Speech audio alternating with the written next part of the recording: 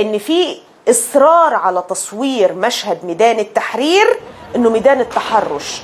في المقابل في عندنا ميدان رابعة، ميدان الاخلاق.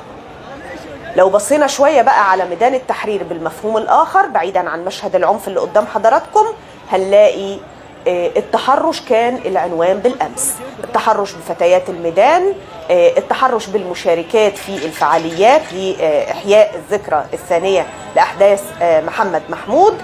والحقيقه عايزاكم تستمعوا معايا ل يعني اصوات الفتيات وهي تستغيث نجدة من التحرش.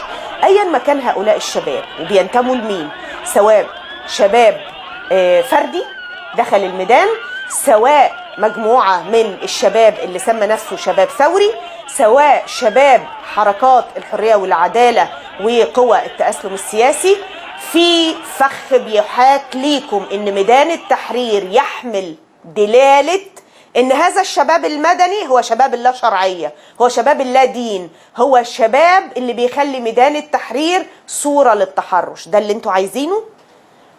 بصريح العبارة كوني فتاة لازم اقول ده اللي انتوا عايزينه؟ ده اللي عايزين تصدروه ان الثورية في مصر هو ده؟ الشباب الثوري هو ده؟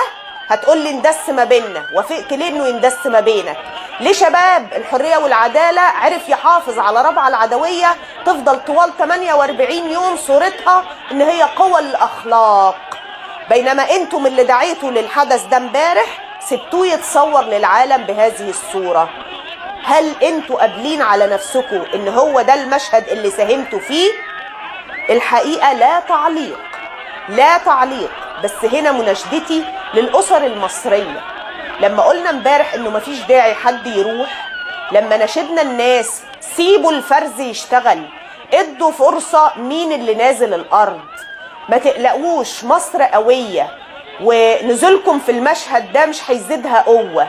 مصر تقدر تحمي نفسها كويس قوي، وهي اللي قالت عن نفسها ان هي هتقف حائل تدافع عن الشعب وتتلقى الرصاص نيابة عن الجميع.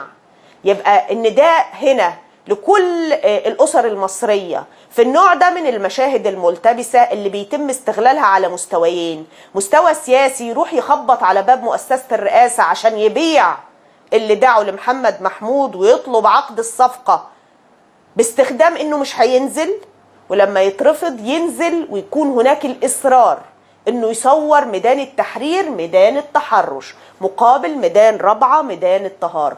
أرجوكم اللي عايز يشتغل سياسة ويتعرض للعمل العام لازم يقف على مشهد من هذا النوع.